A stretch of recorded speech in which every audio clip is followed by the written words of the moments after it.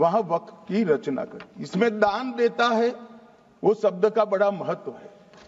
दान उस चीज का ही कर्ज किया जा सकता है जो हमारा है। सरकारी संपत्ति का दान मैं नहीं कर सकता मान्यवर, किसी और की संपत्ति का दान मैं नहीं कर सकता। दान उसी चीज का किया जाता है जो हमारा है मान्यवर। इसी विषय पर ये सारा जो बहस चल रहा है। भारत का जहां तक सवाल है, दिल्ली में सल्तनत काल के प्रारंभ में मुइज़्ज़ुद्दीन घोरी के समय पर पहली बार वक्फ अस्तित्व में आया। अंग्रेजों के जमाने में 1863 के धार्मिक दान अधिनियम से चलता था। बाद में चैरिटेबल प्रॉपर्टीज एक्ट 1890 से चला। उसके बाद 1913 में मुसलमान वक्फ वैलिडेटिंग एक्ट अस्तित्व में आया। तब तक ये सारी प्रक्रियाएं चैरिटेबल एक्ट के तहत चलती थी। मान्यवर, आजादी के बाद वही एक्ट को 1954 में वक्फ के केंद्रीकरण के लिए बदला गया।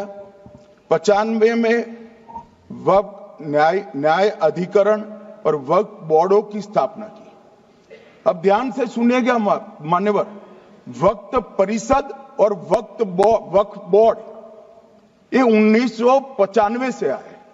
ये पूरा झगड़ा जो चल रहा है, आपने नॉन हिंदू को रख दिया और नॉन मुस्लिम को रख दिया, गैर मुस्लिम को रखा। वो झगड़ा वक्फ में दखल करने का है।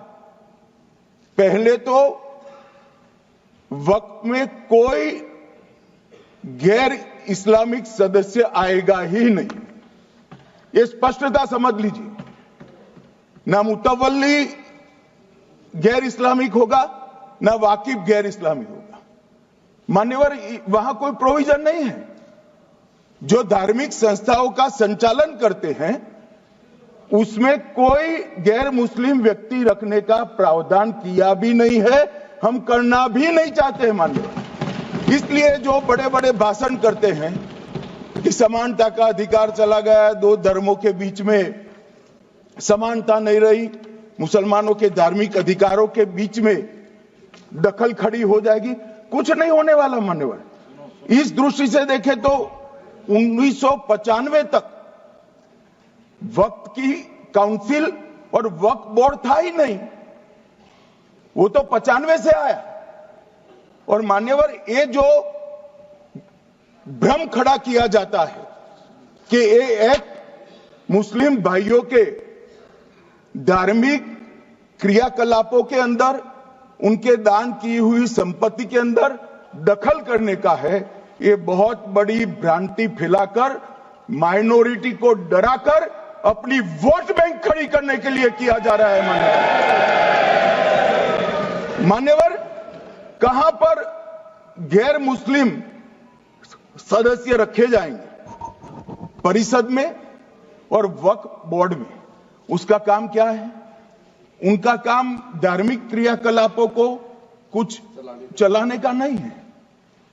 वो शुद्ध रूप से वक्फ का जो कानून, दान के लिए किसी ने दी हुई संपत्ति, उसका एडमिनिस्ट्रेशन अच्छे से चल रहा है नहीं चल रहा है, कानून के हिसाब से चल रहा है नहीं चल रहा है, या तो दान जिस चीज के लिए दिया गया, इस्लाम धर्म के लिए दिया गया, गरीबों के भोजन के लिए दिया गया, गरीबों के उद्धार के लिए, वो उद्देश्य के लिए इसका उपयोग हो रहा है नहीं हो रहा है, इसका नियमन करने का काम है मान्यवर। अब मैं इसको मान्यवर बाकी सारे धर्मों के साथ कंपैरिजन करते हैं और कहते हैं दखल किया है।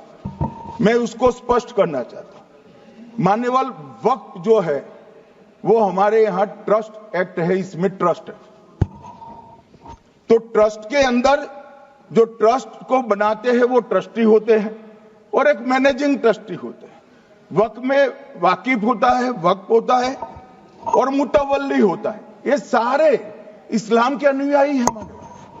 अरे भाई, आप कह रहे हो, हम तो कह रहे हैं क्योंकि इसका वक्फ शब्द ही इस्लाम से आया है, इसलिए हम कह रहे हैं कि वक्फ वो ही कर सकता है जो इस्लाम का अनुयायी हो। अब आप उसका विरोध कर रहे हो, तो आप तो वक्फ में भी नॉन इस्लामिक आदमी चाहते हो। मान्यवर क्या कह रहे हैं? हम इसलिए कह रहे हैं कि वक्फ वो ही कर सकता है जो प्रैक्टिसिंग इस्लाम को प्रैक्टिस करता होगा, क्योंकि मान्यवर इसकी उत्पत्ति ही इस्लाम के सिद्धांतों से हुई। अब मान्यवर वक्फ धार्मिक हुआ, वक्फ बोर्ड नहीं हुआ, वक्फ परिषद भी नहीं हुई। अरे सुनो भाई, मान्यवर ट्रस्ट के अंदर ट्रस्टी जो होते हैं, जो चर्च होगा तो क्रिश्चियन होंगे, पारसी भी होंगे, पारसी के लिए वो ट्रस्ट होगा, तो हिंदू होगा तो हिंदू के लिए। अब चैरिटी कमिश्नर हम कहेंगे कि भाई मुस्लिम क्यों आया? मुझे बताओ, चैरिटी कमिश्नर एक्ट में मुसलमान चैरिटी कमिश्नर बन सकता है या नहीं बन सकता है? उसको ट्रस्ट नहीं चलाना है, उसको चैरिटी के कानून के हिसाब से वो ट्रस्ट चले, उसकी देखरेख करनी है। ये धार्मिक नहीं है, ये धर्म का काम नहीं है मान्यवर, ये एडमिनिस्ट्रेटिव वर्क है। और इसलिए तो फिर चैरिटी कमिश्नर हिंदू होगा तो वो क्रिश्चियनों के ट्रस्ट का कैसे देखरेख करेगा? चैरिटी कमिश्नर क्रिश्चियन होगा तो जैनियों के और हिंदुओं के ट्रस्ट का कैसे देखरेख करेगा? अब बताओ कि सारे ट्रस्ट के चैरिटी कमिश्नर अलग अलग बन, देश तोड़ दोगे आप लोग, तोड़ दोगे।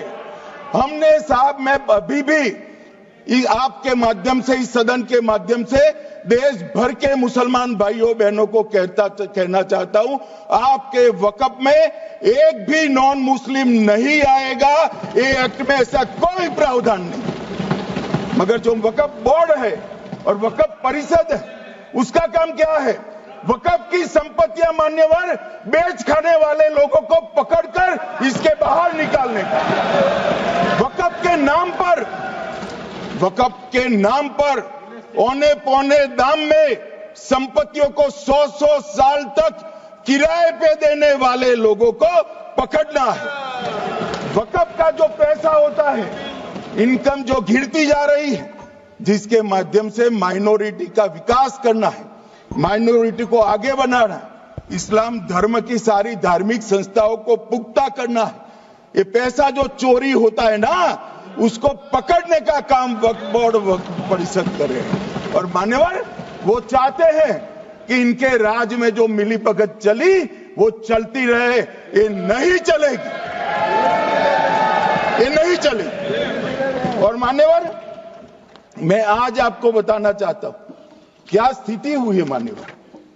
मान्यवर सबने कहा, रिपीटेशन भी होगा, परंतु मैं कहना चाहता हूं मान्यवर कि वक्फ के 2013 में जो अमेंडमेंट्स आए, अब बिल किरण भाई का है, मगर मैं कह सकता हूं कि वक्फ का 2013 का अमेंडमेंट न किया होता तो ये बिल लाने की शायद जरूरत न पड़ती। सब कुछ अच्छा चलता था, 14 में चुनाव आने वाला था, 13 में रातों रात तुष्टीकरण करने के लिए वक्फ कानून को एक्सट्रीम बना दिया गया। और मान्यवर इसके कारण क्या हुआ? इसके कारण दिल्ली लुटियन की 123 वीवीआईपी संपत्ति कांग्रेस सरकार ने जब चुनाव मुहाने पर थे, 25 दिन दूर था, वक्फ को देने का काम कर दिया। दिल्ली वक्फ बोर्ड ने उत्तरी रेलवे की भूमि वक्फ के नाम घोषित कर दी। हिमाचल में वक्फ की संपत्ति बताकर उस पर अवैध मस्जिद बनाने का काम किया। 250 हेक्टेयर क्षेत्रफल वाले 12 गांव पर वक्फ का स्वामित्व हो गया तब तमिलनाडु में। और मान्यवर तमिलनाडु के 1500 साल पुराने तिरुचेंदुरई मंदिर की 400 एकड़ भूमि को वक्फ की संपत्ति घोषित कर। ये जब मंदिर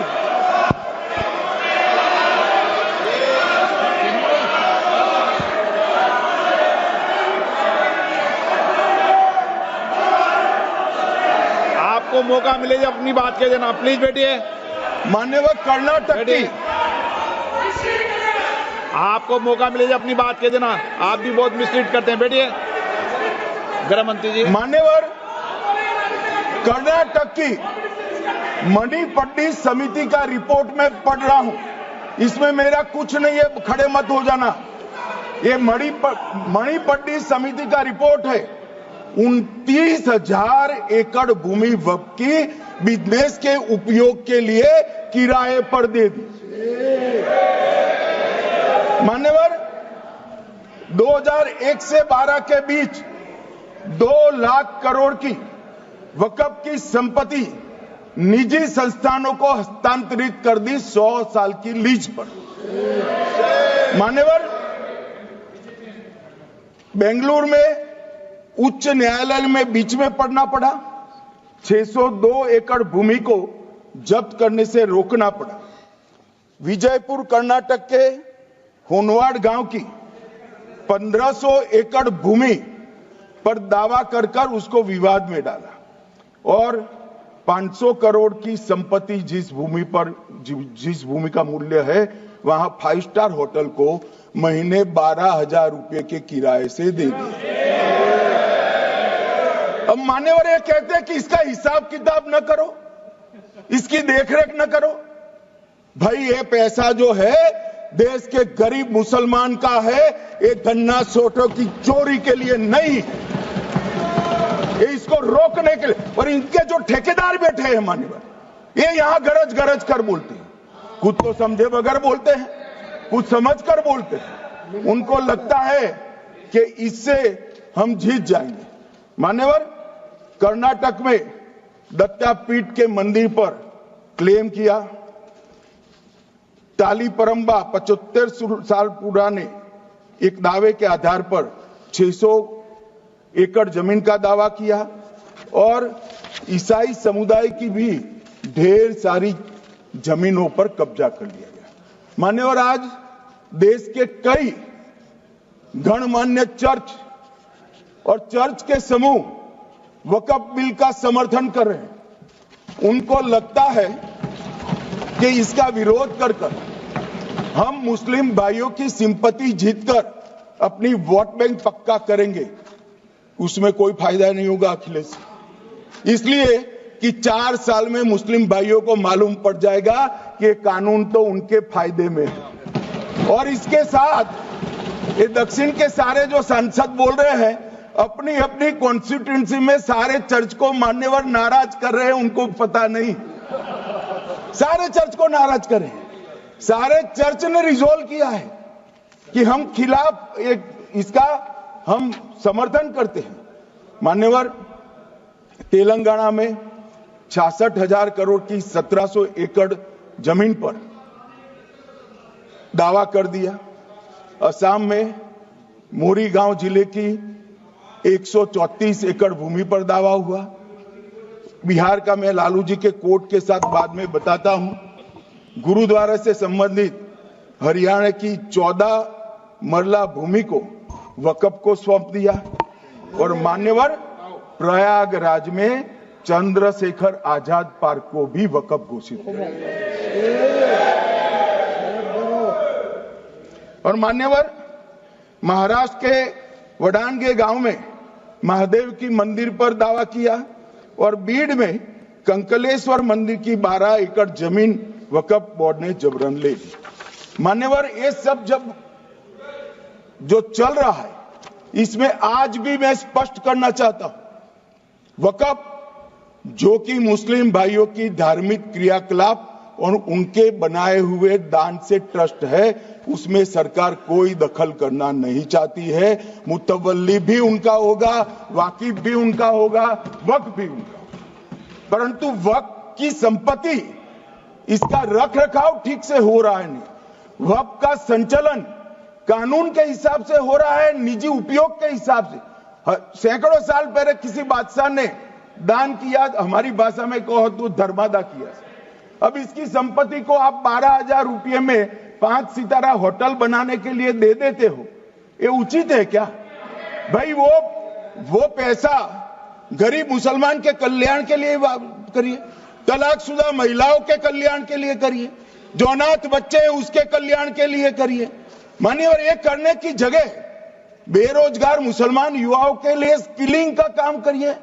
लाखों करोड़ों रुपए की भूमि मान्यवर और इनकम 126 करोड़ रुपया।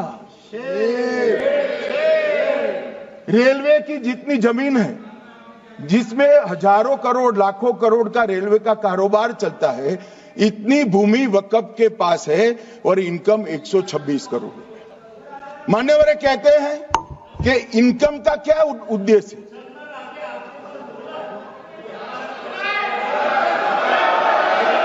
बैठ जाओ।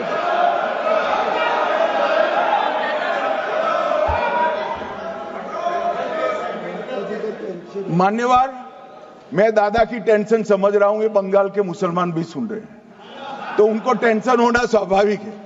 मान्यवर, लालू प्रसाद जी, आज आरजेडी के सारे सदस्य बोले, जब 2013 का अमेंडमेंट आया, मैं लालू जी का तो पूरा पढ़ना चाहता हूं, बाकी सदस्यों का सिर्फ टोकन पढ़ूंगा। लालू जी ने क्या कहा? मैडम, सरकार जो यह संशोधन विधेयक पेश किया है, सरकार की पहल का हम स्वागत करते हैं। शाहनवाज हुसैन जी और अन्य माननीय सदस्यों ने अपनी बातों को यहां रखा, मैं उसका समर्थन करता हूं। आप देखिए, सारी जमीनें हड़प ली गई है, चाहे सरकारी हो या गैर सरकारी। वक्फ बोर्ड में जो काम करने वाले लोग हैं, उनके द्वारा सारी प्राइम लैंड को बेच दिया गया है। पटना में ही डाक बंगले की जितनी प्रॉपर्टी थी, सब पर अपार्टमेंट बन गए। इस तरह की काफी लूट खसोट हुई है। हम संशोधन विधेयक तो आपको अंत में लाए हैं, समर्थन करते हैं, लेकिन मैं चाहता हूं कि भविष्य में आप कड़ा कानून लाइए और ये जो चोरी करने वाले लोग हो, उनको जेल की सलाखों के पीछे। अब साहब, लालू प्रसाद की इच्छा इन्होंने तो पूरी नहीं की, नरेंद्र मोदी जी ने पूरी कर दी। ये लालू जी ने कहा था, एक कड़ा कानून लाइए। मान्यवर शरीफुद्दीन शरीफ, उन्होंने कहा, मंत्री जी समझते हैं कि शायद इससे मुसलमानों का वोट मिल जाएगा, लिहाजा मुसलमान लोगों ने भी खुद ही तबाही मचाई है, इसलिए मैं गुजारिश करूंगा कि इसके लिए आप सख्त कानून बनाइए, उनके हाथों में हथकड़ियां पहनाइए और जो उनके कब्जे किए हैं वो जमीनों बेचकर गरीब और तलाकशुदा मुस्लिम बहनों का कल्याण करिए। इसके बाद श्री हमीदुल्लाह सैयद लक्षद्वीप से थे, उनका भी इसी टोन का भाषण है। और मान्यवर, मैं आज की बात नहीं कर रहा हूं, 2013 का जो बिल कांग्रेस पार्टी लेकर आई, इसके विरोध में इनके समर्थकों ने जो कहा था, मान्यवर ये है। और क्या होगा भाई इससे? पारदर्शी ऑडिट होगी, आज ऑडिट ही नहीं हो रही। रिपोर्ट ऑनलाइन जमा करने की सिस्टम नहीं है, वो होगी, रिपोर्ट देनी पड़ेगी, बैलेंस शीट जमा करनी पड़ेगी, ऑडिट होगी, कैग के रिटायर्ड ऑफिसर ऑडिट करेंगे और मान्यवर पारदर्शिता आएगी। इससे क्यों डरना चाहिए किसी को? पारदर्शिता से क्यों? और वक्फ बोर्ड और वक्फ परिषद, इसका कोई ऑर्डर हम ऐसा नहीं लिख रहे हैं कि कोर्ट में नहीं जा सकते।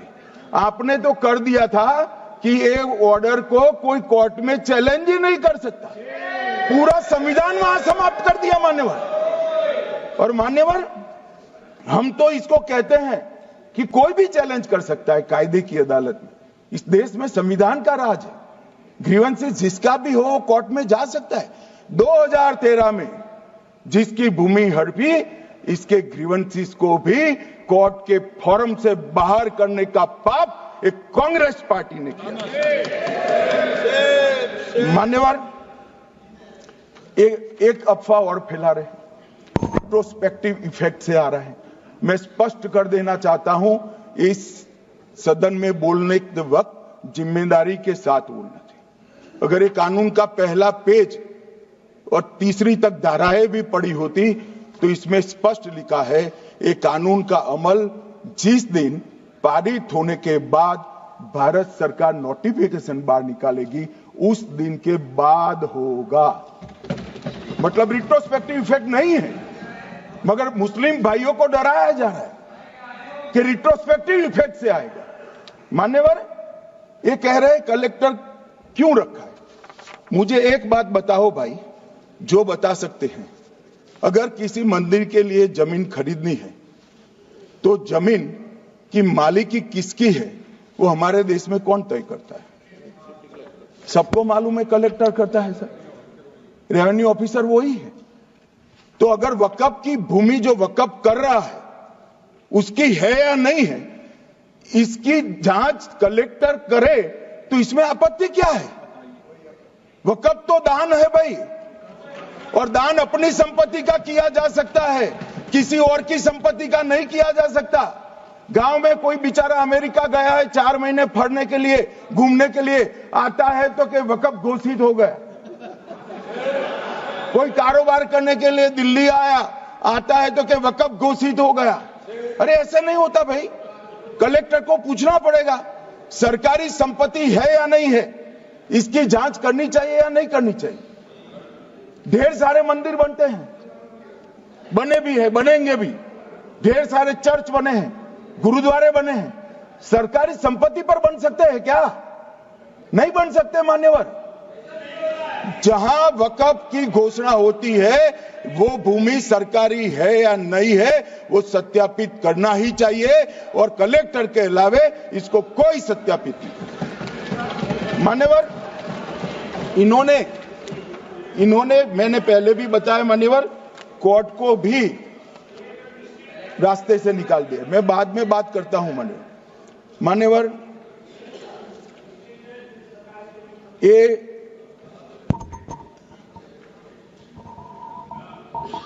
मान्यवर एक उपयोग के आधार पर वक्त की समाप्त। मान्यवर ये कह रहे हैं कि सैकड़ों सालों से वहां प्रैक्टिस है।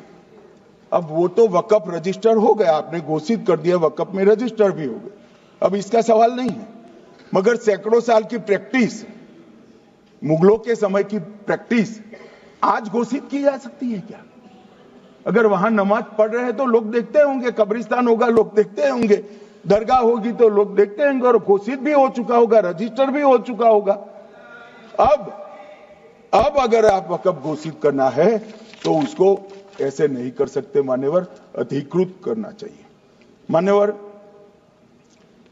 जो दूसरा सुधार लेकर आए किरण जी, वो ही है कि धारा 36 में वक्फ संपत्तियों को बिना किसी स्पष्ट प्रक्रिया से, मालिकी की प्रक्रिया से पंजीकृत नहीं किया जा सकता। मान्यवर, अपील का प्रावधान वर्तमान में अधिनियम में ट्रिब्यूनल के निर्णय के खिलाफ अपील करने का कोई प्रावधान नहीं है। ये दृष्टिभ्रम खड़ा कर रहे थे गोगाई जी कि हाईकोर्ट में जा सकते।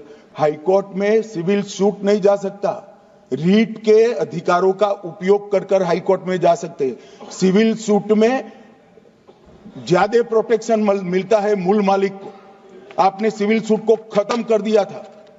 रीट के जुडिक्शन बहुत सीमित है, हम सब जानते हैं कि ये सीमित कर दिया गया था, आप भी जानते हो, मगर आपको वोट बैंक चाहिए। मान्यवर, ये हमारा स्पष्ट सिद्धांत है भारतीय जनता पार्टी की, मोदी सरकार का, कि वोट बैंक के लिए हम कोई कानून नहीं लाएंगे। कानून न्याय के लिए होता है, कानून लोगों के कल्याण के लिए होता है। इन्होंने कहा कैसे कैसे कानून आए हैं, मैं बता देता हूं सब। अभी कांग्रेस के महासचिव और माननीय सदस्य कह रहे थे क्या कानून आ रहे हैं सब, किस प्रकार के कानून आ रहे हैं। मान्यवर, इसी सदन में नरेंद्र मोदी सरकार ही महिलाओं को 33% आरक्षण का कानून लाई। इसी सरकार में पिछड़ों को संवैधानिक अधिकार दिया गया। मान्यवर, इसी सरकार में बजट जो आए इसमें गरीबों को गैस, शौचालय, पानी, 5 लाख तक का बीमा, 5 किलो अनाज, बिजली और घर दिए गए मान्यवर, और कन्वर्जन कानून की बात करते थे और हंसते हंसते कहते थे कर्नाटक सरकार कन्वर्जन कानून लेकर आई है।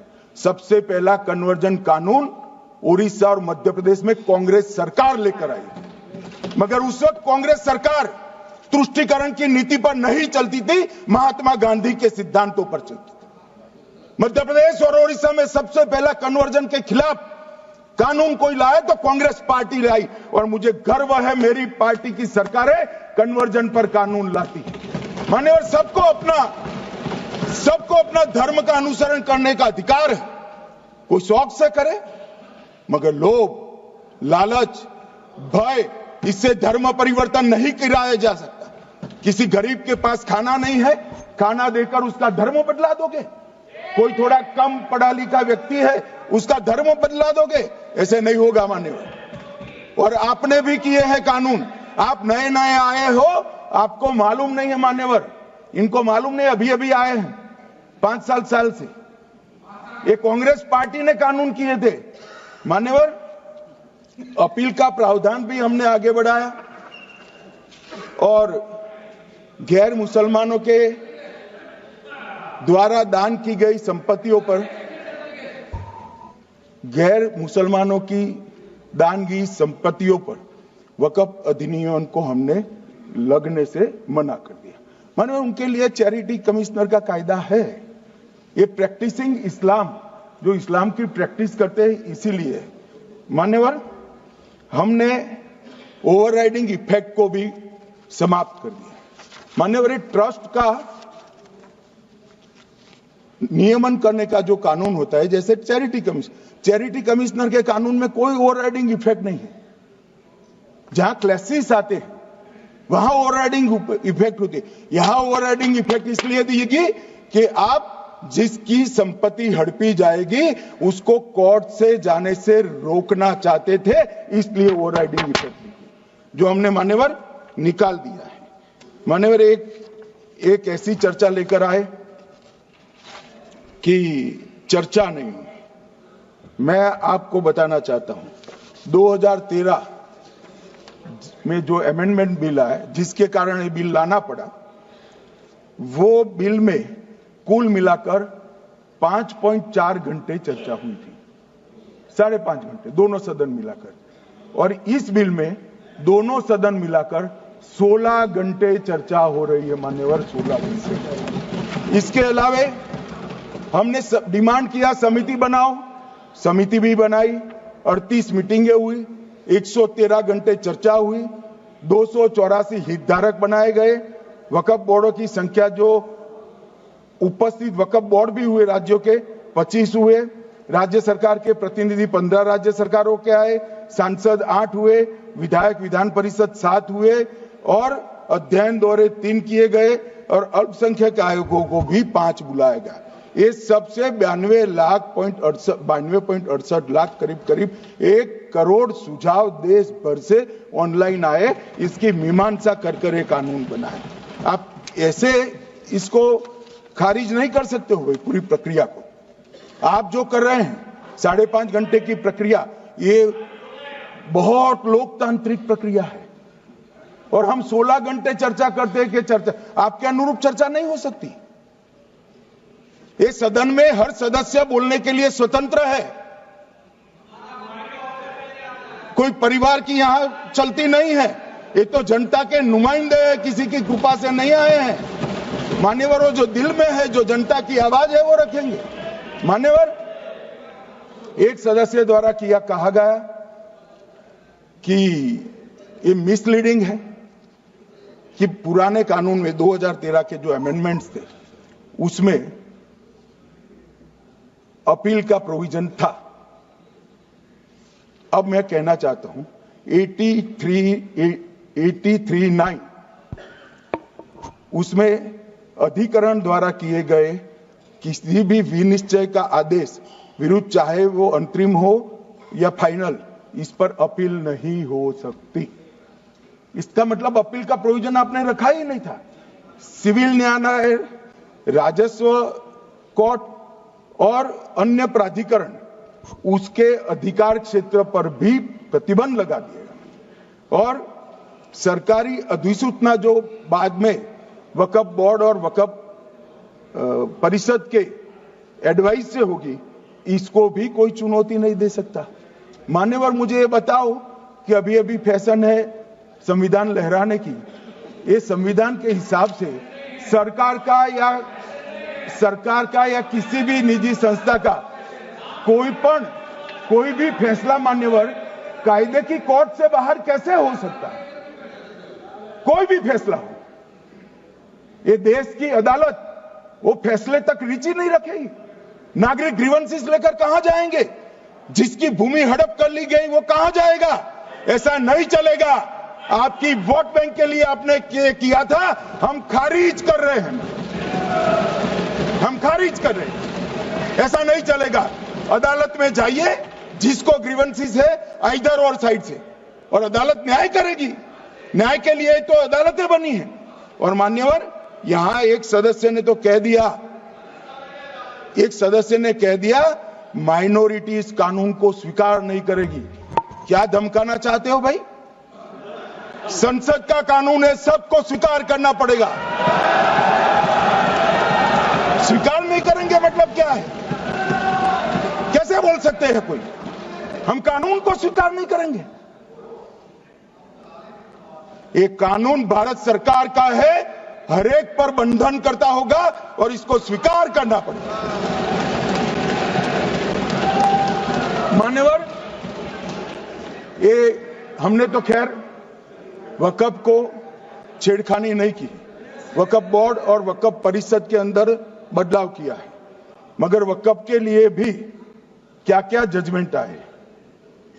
सैयद फजल पुकोया थंगल बनाम भारत संघ 10/11/28 को केरल उच्च न्यायालय ने उन्होंने कहा वक्फ बोर्ड एक स्टैट्यूटरी बॉडी है, यह मुस्लिम समुदाय का प्रतिनिधि निकाय नहीं है। इसका फंक्शनिंग मान्यवर एडमिनिस्ट्रेटिव है। धार्मिक क्रियाकलापों को तो वक्फ ने करना है, चाहे कब्रिस्तान हो, चाहे दरगाह हो, चाहे मस्जिद हो, चाहे चैरिटी का काम, वो वक्फ बोर्ड को नहीं करना है भाई। ये केरल हाईकोर्ट ने किया। इलाहाबाद हाईकोर्ट ने भी, उसने तो मुतवल्ली तक भी कहा है। अगर हम मुतवल्ली तो जो धर्म का है वही रखेंगे।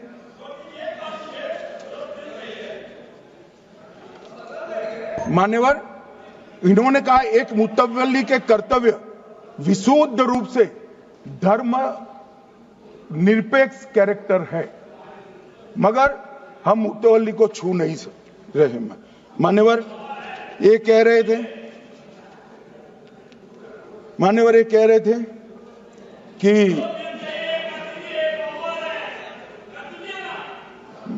मान्यवर ये कह रहे थे कि कोई गड़बड़ियां नहीं हुई।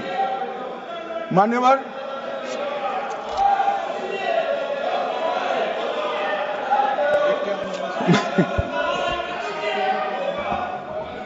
मान्यवर 2013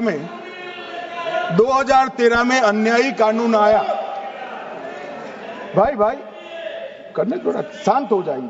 ये 26 के कारण डरे हुए और कुछ कारण नहीं। चुनाव जो है ना अक्टूबर में, 25 में जो चुनाव है इसके कारण डरे।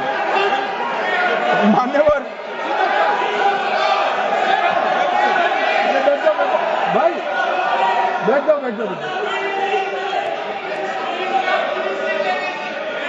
मान्यवर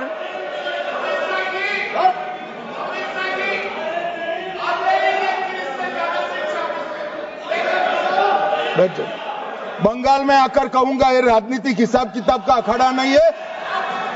छाती पर ठोक कर कहूंगा, ज्यादा सिखाएंगे।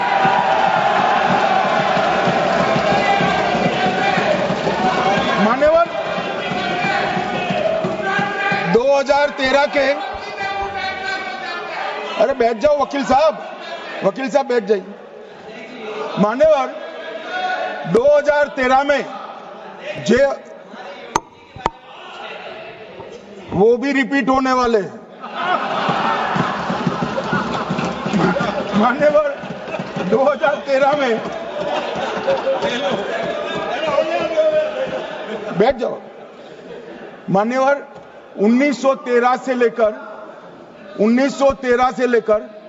2013 तक 1913 से 2013 तक वक्फ बोर्ड का कुल एकड़ में भूमि सब वक्फ का मिलाकर 18 लाख एकड़ था। मेरी विनंती है सभी सदस्य इसको ध्यान से सुनिए। 1913 से 2013 तक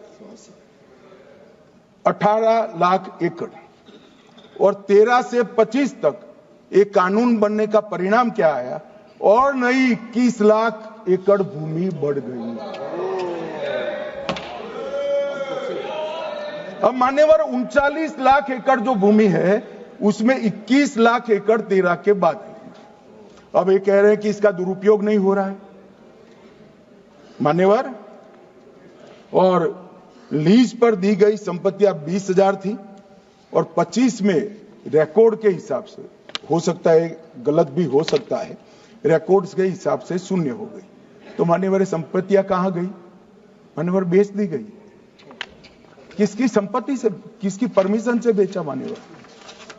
मान्यवर मैंने पहले ही कह दिया कि केरल और देश भर के Catholic bishop council, Catholic bishop conference of India, Catholic Congress Kerala, भारतीय कैथोलिक धर्मगुरुओं की महासभा, केरल चर्चों की संयुक्त परिषद, कैथोलिक कांग्रेस केरला, ये सब ने इस बिल का समर्थन करा है और कहा है अन्यायी 2013 का सुधार।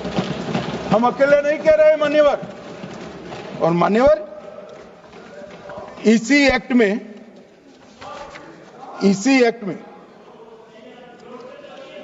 हमने एक बात कही कि जो योगदान था वक्फ बोर्ड का वो 7% से घटाकर 5% कर दिया।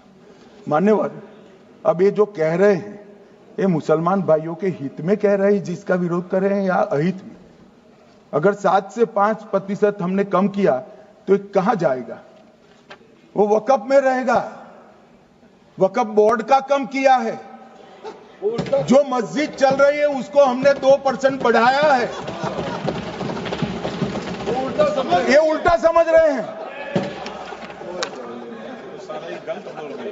मान्यवर। ये बिल जमीनों की सुरक्षा प्रदान करेगी मान्यवर। किसी की जमीन अब घोषणा मात्र से वक्फ नहीं बनेगी, उसको प्रोटेक्शन मान्यवर। पुरातत्व विभाग और एएसआई की जमीन को हम सुरक्षा देंगे। आदिवासी भाइयों की शेड्यूल 5 और शेड्यूल 6 की जो जमीन है वो सुरक्षित हो जाएगी। निजी संपत्ति जो आम नागरिकों की है वो भी सुरक्षित हो जाएगी। और वक्फ करने के लिए स्वामित्व को दान तो साहब अपनी संपत्ति का ही कर सकते हैं, गांव की संपत्ति का दान नहीं कर सकते। तो वक्फ निजी संपत्ति से ही स्वामित्व के बगैर नहीं हो पाएगा। इसमें पारदर्शिता लाने के लिए सूचना की प्रक्रिया को दाखिल किया गया है। वक्फ बोर्ड की वक्फ की जो संपत्ति घोषित करने की अधिकार थे उसको समाप्त कर दिए। कलेक्टर से सर्टिफाइड कराना पड़ेगा और नए वक्फ पारदर्शी तरीके से पंजीकृत भी करने पड़ेंगे। रजिस्ट्रेशन के बगैर कोई संस्था नहीं चल सकती। और मुस्लिम ट्रस्ट अब तक के जो है उसको हमने इस जो माफ करना, कई सारे ऐसे मुसलमान भाई हैं जो वक्फ के कानून को अंदर दायरे में आना नहीं चाहते। मुझे मिले थे वोरा समाज वाले, वोरा समाज है, अहमदिया है, कई सारे ऐसे समुदाय हैं, सिया भी है, पसमंदाओं के भी कुछ ट्रस्ट हैं। वो सभी को मैं एक आनंद का समाचार देना चाहता हूं, अब मुसलमान भी ट्रस्ट एक्ट के अंदर अपना ट्रस्ट रजिस्टर करा सकता है। इसके लिए कंपलसरी नहीं है कि वो वक्फ के कानून में भी जाए, चैरिटी कमिश्नर एक्ट के तहत वो करने वाला है। मान्यवर, भूमि के रिकॉर्ड का कार्यालय होगा, समाचार पत्र और क्षेत्रीय भाषाओं में इसकी एडवर्टाइज दी जाएगी। ढेर सारे प्रावधान मान्यवर इसके अंदर किए हैं। महिला, सिया, पसमंदा, वोहरा, अहमदिया, उनका हमने समावेश किया ही है। और उन्होंने कहा, मैं सुन रहा था मान्यवर, एक फैशन हो गई, राम जन्मभूमि का मंदिर बनाने की बात आई तो इस देश के अंदर खून की नदियां बह जाएगी, मुसलमान रोड पर आ जाएगा, मुसलमानों का ये हो जाएगा, वो ट्रिपल तलाक, फिर से डर, सीए आया कि मुसलमानों की नागरिकता चली जाएगी। जिन जिन ने भाषण किया है, एक मुसलमान की नागरिकता गई है तो बता दो। मुसलमान भी जानता है। और मैं तो आपके माध्यम से देश के मुसलमानों को अपील करना चाहता हूं मान्यवर, मैंने बहुत झेला है। ये कहते थे कि सीए कानून मुसलमानों की नागरिकता लेने 2 साल हो गए, एक भी मुसलमान की नागरिकता गई है तो सदन के पटल पर रखी। कितना झूठ फैलाया इन्होंने। मान्यवर, धारा 370 हटाई, ये कह रहे थे मुसलमानों का ये हो जाएगा, वो हो जाएगा। फिर से उमर अब्दुल्ला जीत कर आज शासन कर रहे हैं। आतंकवाद समाप्त हो गया, विकास शुरू हो गया, पर्यटन बढ़ गया। मान्यवर, एक कांग्रेस पार्टी और उसके साथियों ने मुसलमान भाइयों को डरा डरा कर अपनी वोट बैंक खड़ी करने का काम किया। हम नहीं डरा रहे मुसलमानों को, आप डरा रहे हो भाई। आप कह रहे हो ये हो जाएगा। मैं कहता हूं इस देश के नागरिक को किसी भी धर्म का हो कोई आंच नहीं आएगी। मान्यवर, ये नरेंद्र मोदी सरकार का सरकार। मान्यवर,